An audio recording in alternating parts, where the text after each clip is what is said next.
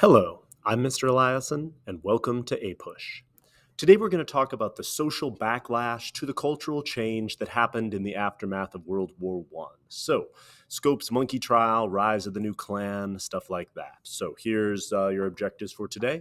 Let's take a minute and dive in and tell these stories. The 1920s saw a pretty substantial political realignment as the progressive wing of the Republican Party really lost out to the sort of more traditional forces that had previously controlled the party during the Gilded Age. Specifically, the nomination of Warren G. Harding in 1920 represented a departure from the sort of progressiveness of Theodore Roosevelt and Bill Taft. The Democrats nominated James Cox, who was, somewhat progressive, and as vice president, the young governor of New York, the absolutely progressive Franklin Roosevelt. But in general, this move was seen by most people as an attempt to sort of return to normalcy. And so Warren G. Harding is going to lay out the Republican platform here. So take a moment, pause, and read. But hopefully, as you go through this, you can see a sharp contrast from the Republican Party of Teddy and Taft as we move here into the fifth party system. This return to normalcy represented a Republican Party that honestly did not have a particularly cohesive foreign policy platform. You can see here, Republicans campaigning for Harding, arguing on both sides of the League of Nations. And Harding himself was not a particularly ideological guy, preferring to spend a lot of his time drinking and cheating on his wife. But the takeaway here from the Republican Party is that we're going to return to normalcy. He's going to embrace an America First platform similar to Woodrow Wilson. And for most people, Warren G. Harding was considered mostly an empty suit. He's carried to the presidency in 1920 on a landslide of popular support. So here we see the results of 1920. And Warren G. Harding is going to ascend to the presidency and honestly not really he's not going to impress most people, and as this card shows, is going to mostly keep doing the things that he was doing previously.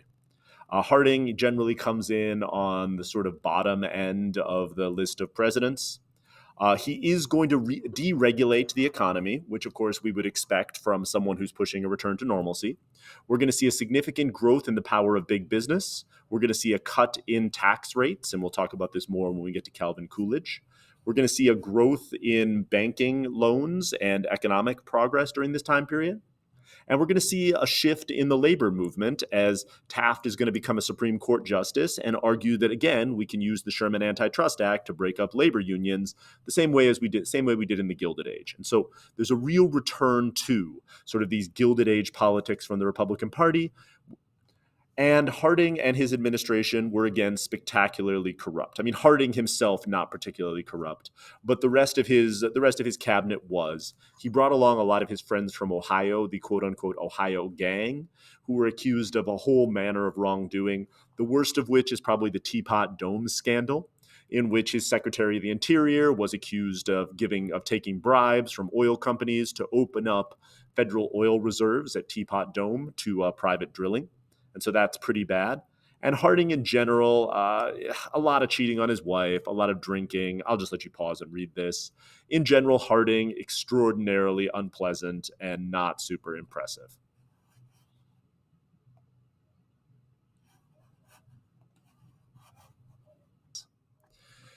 World War I was incredibly traumatic for a whole lot of different reasons. I mean, obviously, the style of combat was incredibly difficult, the long periods of mobilization, the helplessness felt by soldiers. As I'm sure you've heard in your other history classes, the generation that fought in World War I became known as the Lost Generation. And we sort of see these new themes of sort of pointlessness, of existentialism and the search for life, of all of these different things in their works. Writers like Hemingway, Fitzgerald, focused on some of these central themes that really hadn't been totally explored before. A lot of the poetry of World War I also captures the sort of hopelessness and the societal disruption of the war. So take a moment, pause, and read this poem by Owen, and then we'll move on. Obviously, the old lie, "It is great and glorious to die for your country," is a pretty difficult theme to take away from fighting and dying for your country. We get this push towards modernism and surrealism as artists try to grapple with the collapse of the previous things that they thought mattered: religion, patriotism, all of this stuff. All of these sort of previous organizing principles for life really died a horrible death for a lot of people in the trenches of World War I. And so that leaves people with the question of, what on earth is life really about? What are we doing here, and what are we trying to accomplish with our time here on earth? All of this leads to the modernists, and here's Lewis's Blast Manifesto laying out sort of the principles of modernism, basically trying to disrupt a lot of the truth and the things that we have, the truth that we had taken out of previous paths of existence, basically. Honestly, I don't let me just preface this or cap this off by saying I don't really understand modernism. And if you know what Wyndham Lewis is trying to do here, feel free to explain it to me, because his stuff seems, I'm not smart enough to understand Lewis, is I guess my takeaway from this. The response to this and the pushback to this new secularism and search for meaning is a doubling down on fundamentalism for a lot of people.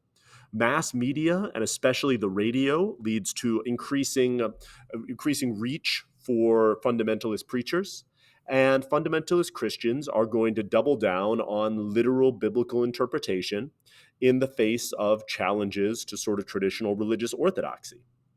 The modernists are attempting to understand the world and understand Christianity through a modern lens. And the fundamentalists are saying, no, we don't need to do that. We need to instead go back to the fundamentals, to the Bible, and that provides us with truth and answers.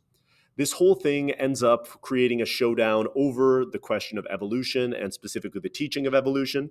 Here we see our old friend William Jennings Bryan laying out his problem with Darwinism and all of this. So take a moment, read, and let's move forward. And the biggest outpouring of this, the sort of test case for all of this, is John Scopes versus Tennessee, the quote-unquote Scopes monkey trial. This was a test case put up by the ACLU to try to challenge a Tennessee law that banned the teaching of evolution. And so they got a substitute teacher, John Scopes, to provide a reading that mentioned evolution in a science class in Tennessee here. And in the end, what you get is the both sides descending on this tiny Tennessee town in order to try to fight this question about what the role of religion and schools is. Famed defense attorney William Darrow is going to defend John Scopes. William Jennings Bryan is for some reason going to be the prosecutor in this case, and the whole thing turns into a spectacular media circus, hence monkey trial. Both because, again, it's ridiculous, and also because of the sort of failed misunderstanding of evolution that says that humans evolved from monkeys. So here's a description of Tennessee versus John Scopes. It's a hot mess. Obviously, reading this, not a lot of really solid arguments here. In the end, calling the prosecutor to the stand to try to question him about his understanding of Christianity is super problematic and difficult. Honestly, this whole thing is super problematic and difficult, and both sides are just trying to get a forum in which to express their arguments. My favorite argument, of course, is when Darrow was grilling William Jennings Bryan over the story of Jonah and a whale, and he was saying something like, how is it possible that a man could survive for this amount of time in the belly of a whale? And William Jennings Bryan said something to the effect of, I believe in a God who could make a man and a whale and make them do as he pleases. And the general takeaway from it is just that. I mean, you can't try to attack and take away someone's faith. You can't try to disprove something like Christianity. I mean, it's a fool's errand to try to do this. In the end, it led to massive amounts of publicity. The court ruled against John Scopes and fined him something like $10, and then did not require him to pay the fine. And in the end, this mostly just laid out the battle lines to fight over this issue. It didn't really establish any sort of solution to this. And in the end, we're still arguing about the difference between the Establishment Clause and the Free Exercise Clause, and where religious expression in schools comes in. Is religious expression free exercise of an individual's religion, or is practice of religion by a teacher? Does that establish a religion, and does it force students to be exposed to it who wouldn't have been otherwise? It's a question that we're still fighting about, and we don't have a good answer for. As far as other conservative actions, we're going to formally double down on the whole temperance movement and push prohibition. So that's going to be a well meaning but hot mess. Prohibition is another one of those progressive era reforms that have been instituted at the state level before it ever became a national sort of policy. Obviously, various reformers in various states had pushed prohibition. Most famously, Carrie Nation, the barroom smasher, would go up and go into bars with her supporters and smash up all the alcohol with her hatchet, destroying the bar itself in the process. And so Kansas had almost completely banned alcohol. A lot of other states, especially in the South and West, had banned alcohol.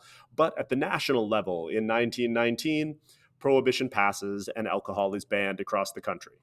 Obviously, part of this was a response to World War I. Part of it was a response to anti-foreign sentiment. But either way, prohibition is going to ban the production and sale of alcohol in the United States.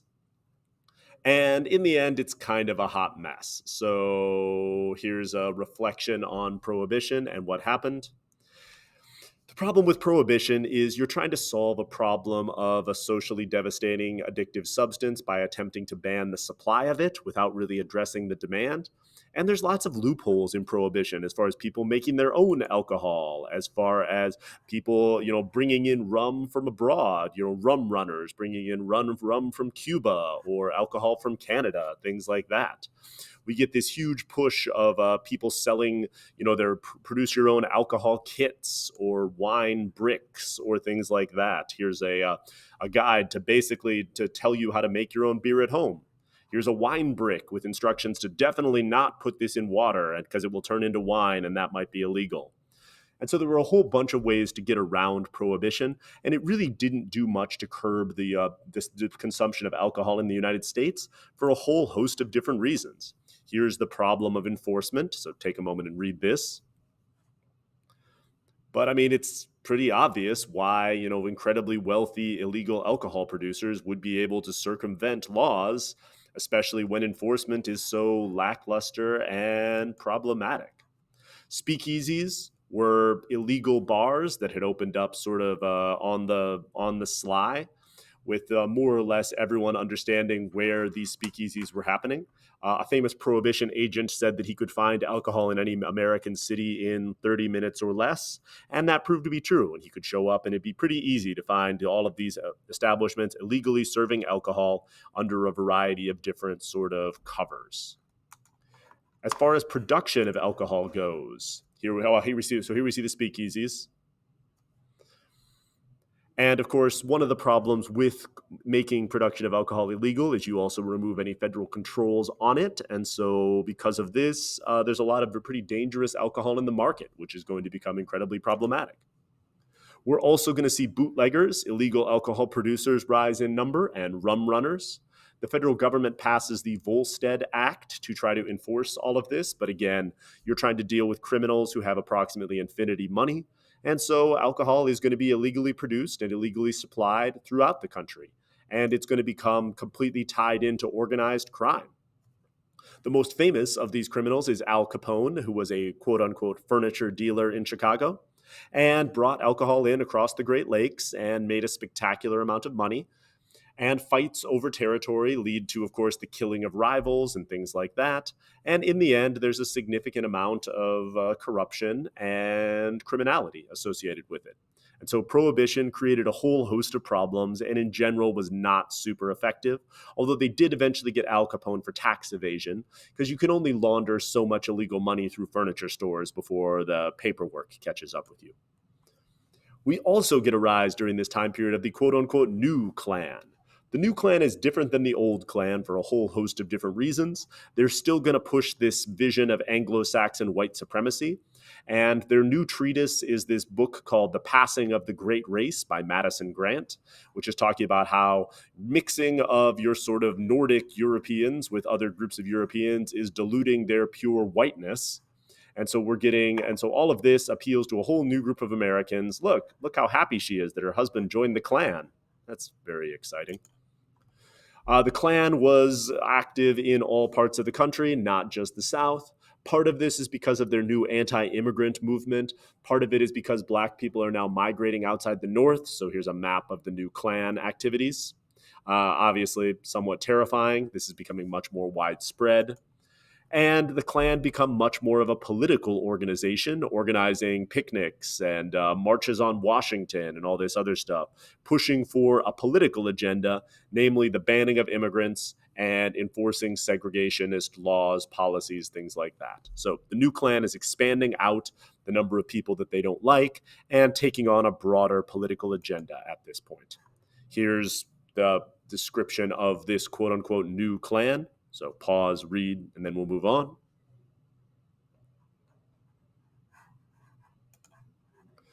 And in the North, the effect of this is de facto segregation becomes even more intense.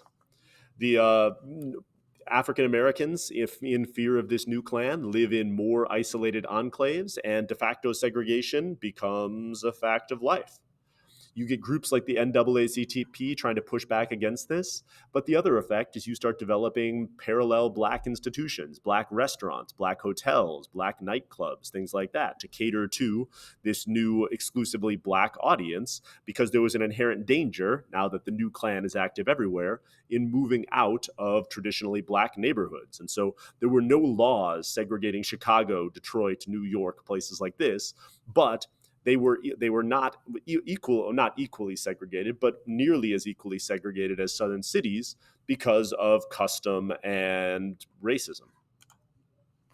Marcus Garvey lays out his position on the new Klan here, so take a moment, read, and we'll move on. Basically, the idea, again, that racism is kind of ubiquitous, and at least with the Klan, you know what you stand. You know where you stand. And so we'll leave it with that. We'll leave it with Marcus Garvey saying that he prefers the Klan to the sort of casual racism of your traditional American at this time. And for next time, we're going to dive into the cultural and technological growth of the 1920s, looking at new modes of transportation, the rise of celebrity, and a greater American culture that is created. Thank you for listening.